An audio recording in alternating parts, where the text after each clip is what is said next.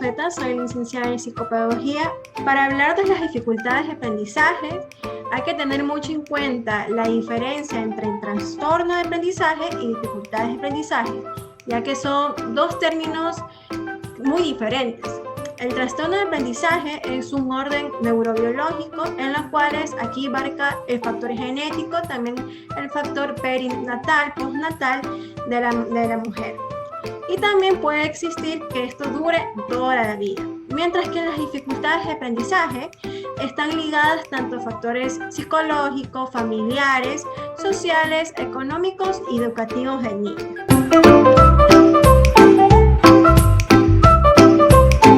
Cuando hablamos de dificultades de aprendizaje, es una alteración en la cual se puede dar en diferentes ámbitos en el proceso educativo, que puede tener una dificultad en muchas áreas, como es en la parte del lenguaje, matemática, oral y la parte de razonamiento, dando énfasis en la memoria y atención, cuyas alteraciones puede tener muchas discrepancias en el proceso de enseñanza y aprendizaje del estudiante y que los logros en el ámbito escolar no sean de las altas expectativas para muchos profesores o docentes en instituciones educativas.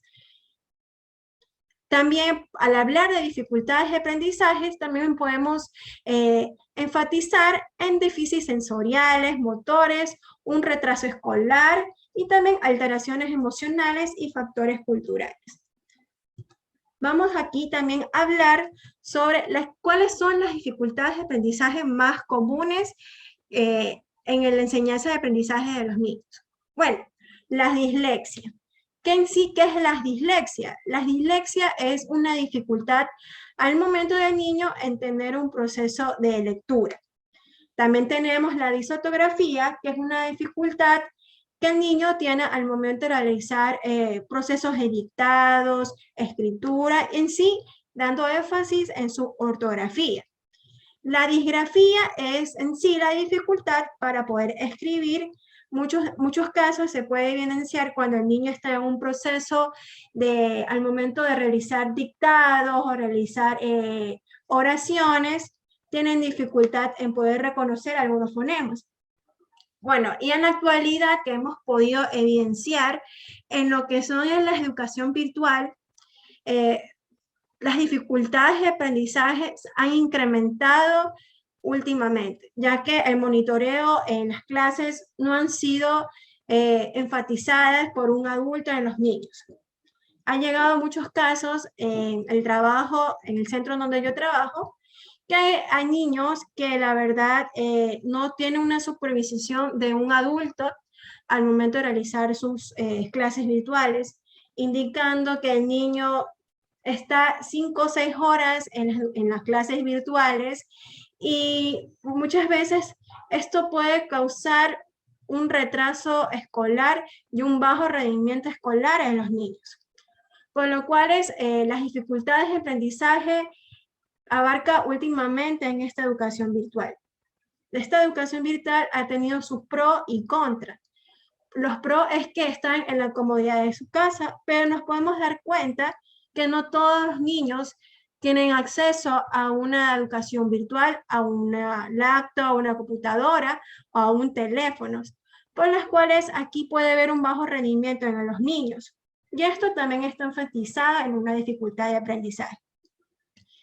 Hay niños que también no tienen acceso también a lo que es una escuela. Aquí también forma parte lo que son los factores culturales, como lo dije anteriormente.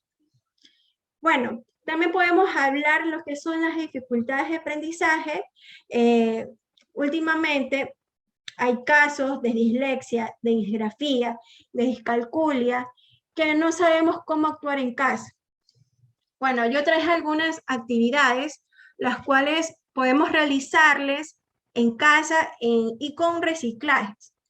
Bueno, aquí tengo una caja que es con arena. Bueno, ¿por qué mi niño puede tener una disgrafía o una disotografía? Bueno, ponemos las fonemas estudiadas por el niño. Las fonemas M, P, S, la cual aquí le decimos al niño, hijo, trábajame la fonema M y trabaja el fonema N. Hay muchos niños que les encantan actividades lúdicas, como así decir. ¿Por qué las actividades lúdicas le encantan a los niños? Y más aún cuando tienen dificultades de aprendizaje. Porque estar parado 6, 8 horas en una computadora cansa a un niño. ¿Y por qué no realizar las actividades lúdicas para tener un complemento a esas clases virtuales? Bueno, también tenemos figuras que la cual podemos recortarlas de revistas o periódicos. Bueno, aquí trabajamos en lo que son concentración y atención. Aquí se llaman sistemas de exclusión. Aquí el niño lo que hace es excluir aquí del grupo de elementos cuando no pertenece a ese elemento. Aquí podemos ver frutas, pero aquí hay un libro. Y el niño va a decir, ¿por qué hay un libro si aquí hay muchas frutas? Y ahí podemos visualizar que el niño vamos aquí en trabajar lo que son las capacidades de memoria, atención y concentración. Bueno, aquí esta actividad se llama absurdos. Aquí las actividades de absurdo pueden implementar en lo que son las dificultades de aprendizaje. Para una discalculia, mi niño tiene una discalculia, ¿qué podemos trabajar? Un cuaderno. Todos los niños tienen un cuaderno. ¿Qué hacemos aquí? Un libro de cálculo. Bueno, aquí yo trabajaba con niños, cuando tenía niños con discalculia, es trabajar aquí unidades, decenas y centenas. ¿Qué es cuando trabajaba con niños con discalculia? Bueno, ponía aquí del número del 1 al 9 y realizábamos números en cantidades enteras y reales. Lo que hacíamos aquí es que el niño explique cuántas unidades y decenas hay. Aquí podemos poner 10. 10. El niño lo escribía en una hoja de trabajo y aquí enfatizamos mucho en lo que son las dificultades para calcular. Realizamos 10 más 1, ¿cuánto es? Y el niño realizaba en una hoja de trabajo 10 más 1, 11. Aquí por todo esto podemos trabajar en casa. Hay muchos padres de familia que cuando el niño es diagnosticado con una dificultad específica de aprendizaje, no saben cómo actuar, porque piensan que el niño no va a tener una mejoría. Para tener una mejoría en las dificultades de aprendizaje es muy importante trabajar un equipo multidisciplinario. El terapista, el padre de familia y la institución educativa. Hay muchas instituciones educativas que cuando el niño es diagnosticado de una dificultad de aprendizaje, no realiza las respectivas adaptaciones curriculares. ¿Qué son las adaptaciones curriculares? Puede haber grado 1, grado 2, grado 3. Cuando son dificultades de aprendizajes, acorde a una institución educativa, debe realizar el estilo y el ritmo del aprendizaje acorde a la necesidad del estudiante. Por eso es muy importante que el niño forme parte de la inclusión educativa.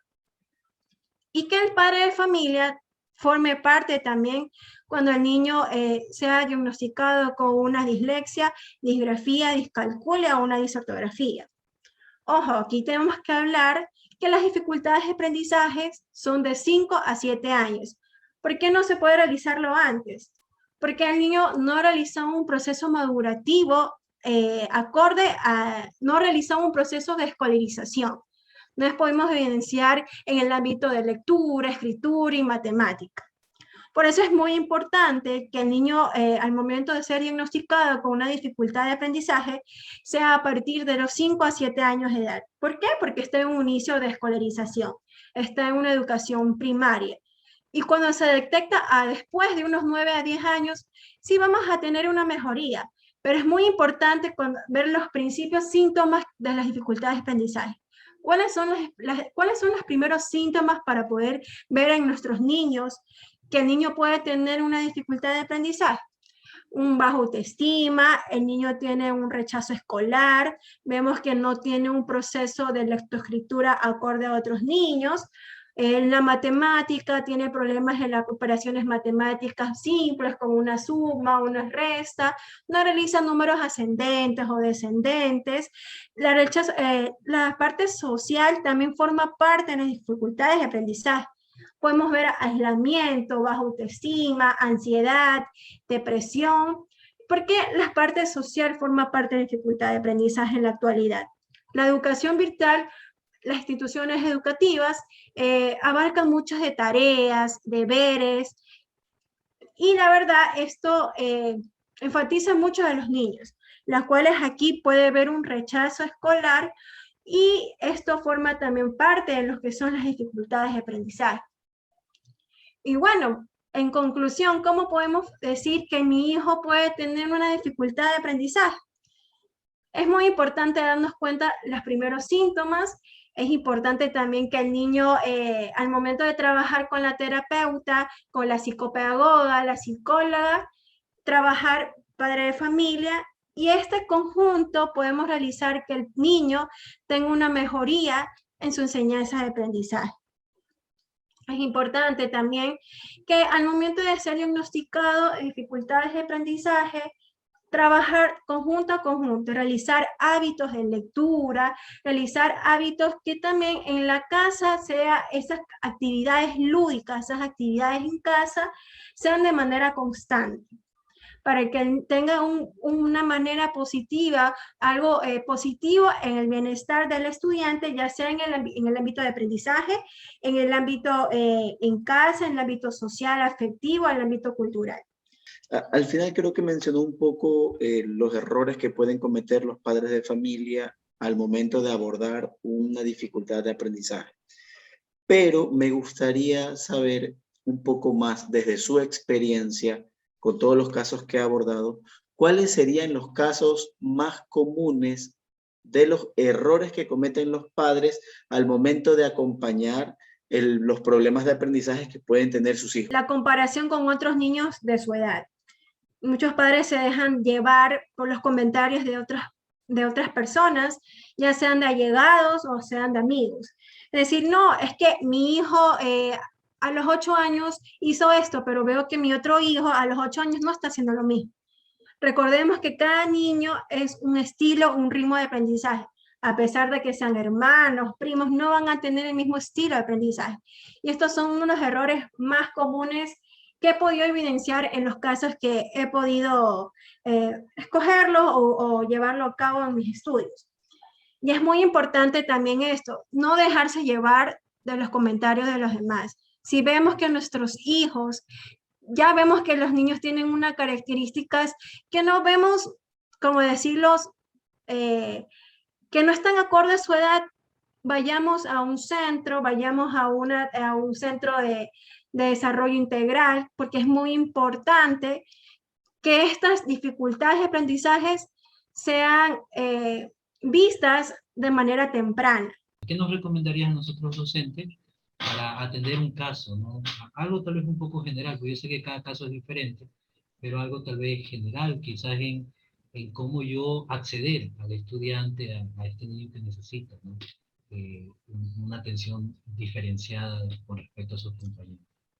Bueno, es importante que las instituciones educativas, a los docentes, trabajen en conjunto con el DES, con el Departamento de Consejería Estudiantil, ya que el psicopedagogo es un agente activo que puede implementarle al docente técnicas, estrategias de aprendizajes a los docentes.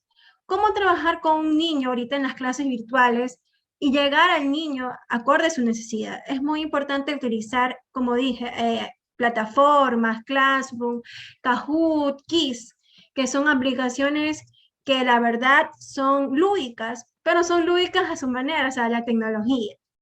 Es muy importante trabajar de manera lúdica a esos niños con problemas de aprendizaje y dificultades de aprendizaje. Cuando yo trabajaba en un colegio, lo que realizábamos a los docentes eran charlas, capacitaciones, acorde, si el maestro tenía una dificultad de aprendizaje de algún niño, le realizábamos las técnicas y aplicaciones para ese docente, trabaje con el niño. Si el niño es muy bueno en la etapa del lenguaje, bueno, Trabajamos de la parte del lenguaje con dictado, pero realizamos de manera lúdica.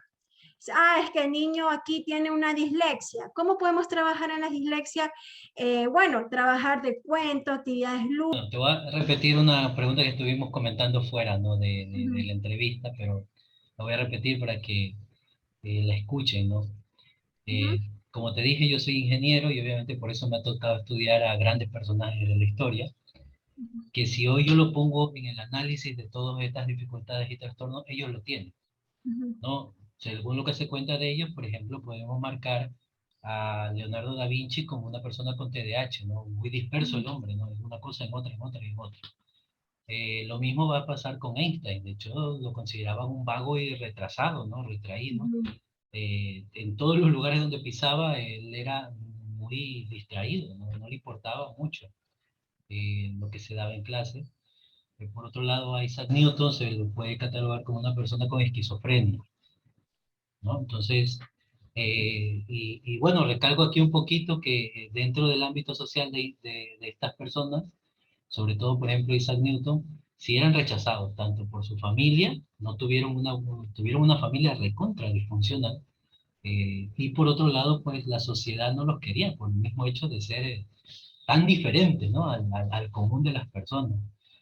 Eh, ¿Y cuál es la pregunta? Entonces, planteando este antecedente que te digo, yo pienso, en mi ignorancia como ingeniero, pienso yo que si a estas personas los ponemos y los examinamos en este rigor ahora, ¿no? de las dificultades y todo eso, pienso yo que quizás, si los pongo en un tratamiento, no hubiesen llegado a ser lo que fueron, ¿no?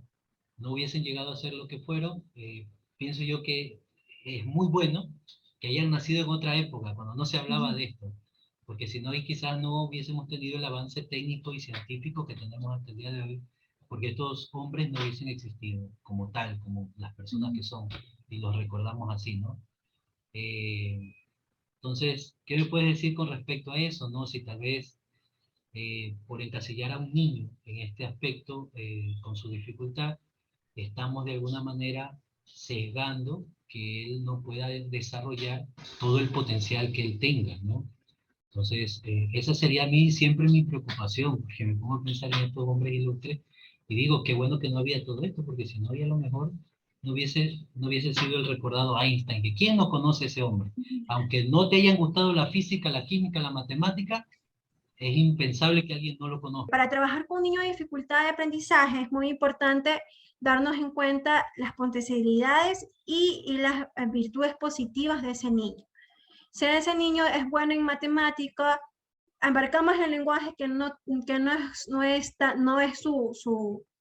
su potencialidad. Es muy importante trabajar más bien en los aspectos de dificultad del niño que en los aspectos positivos. También es importante trabajar en los aspectos positivos del niño, pero aquí vamos a fortalecer esos aspectos positivos. En los científicos es muy importante, como usted dijo, muchas veces no tenemos la ayuda de los padres y de la sociedad. Es muy importante que cuando el niño tenga un diagnóstico de dificultades de aprendizaje, es importante trabajar en conjunto para que esta dificultad de aprendizaje tenga una mejoría paso a paso en toda su etapa, ya sea escolar, social y familiar. Creo que es muy importante, como usted lo dijo, que es importante la familia. Es muy importante que la familia sea el pilar fundamental cuando un niño tiene una dificultad de aprendizaje. Muchas veces los padres, cuando el niño es diagnosticado con una dificultad de aprendizaje, piensan que la terapeuta va a realizar todo, que somos una maga, porque piensan que en 1 mes, 2 meses, el niño va a tener una mejoría, pero no siempre va a ser así, porque es un paso a paso. Vamos a ver una mejoría, no podemos decir mes, fecha, día, pero es muy importante que esas actividades que realizamos como terapeutas también realicen los padres de familia. Por eso es muy importante que cuando el niño tiene un diagnóstico de dificultad de aprendizaje, los padres son ejes fundamentales para ese proceso de actividades diarias.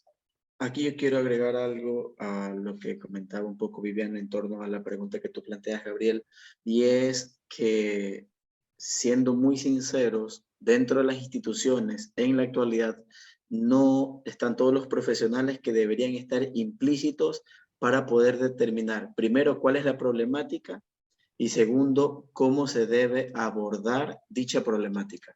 Cuando tú vas a un DS, que no todos los colegios lo tienen, muchos colegios tienen solo psicólogos clínicos o psicólogos educativos, pero un equipo de trabajo apropiado es el psicólogo, el psicopedagogo a la cabeza, optometristas, terapistas de lenguaje, bueno, y también dentro de logopedas, y creo que otros profesionales más que tú puedes añadir a tu círculo de trabajo para poder detectar una problemática de aprendizaje y que el profesional que tiene que abordar esa problemática ayude en esa intervención. Te voy a poner un ejemplo. En un caso de lateralidad, un niño que puede tener un problema en lateralidad cruzada, el profesional que tiene que ver al niño como tal, pues primero te puede ser el psicopedagogo que aplica una prueba muy sencilla para poder determinar como los primeros indicios de que este niño pueda tener lateralidad cruzada. Luego de eso, el profesional tiene que derivarlo a un optometrista. Y el optometrista, que es el profesional encargado de determinar qué tipo de lateralidad tiene y cómo trabajar esa lateralidad. Una vez que ya termina el diagnóstico, eso regresa al psicopedagogo y ese psicopedagogo desarrolla las actividades que el niño tiene que desarrollar o el joven tiene que desarrollar en casa y en la institución. Viviana, te agradecemos mucho por tu presentación y te quiero pedir que nos ayudes con una invitación a padres para que ellos puedan seguir un proceso, ¿no? De formación, no solamente cuando su hijo tenga una dificultad, sino en general, ¿no? Sigan el proceso de formación y que sean capaces de detectar las dificultades a tiempo. Es muy importante darnos los signos de alarmas. Cuando muchas veces los estudiantes intercambian letras de D y B, cuando el niño no tenga un mal rendimiento escolar, cuando el niño tiene problemas y dificultades en matemáticas. Bueno, estas tres características son fundamentales para poner signos de alerta que el niño puede estar teniendo una dificultad de aprendizaje.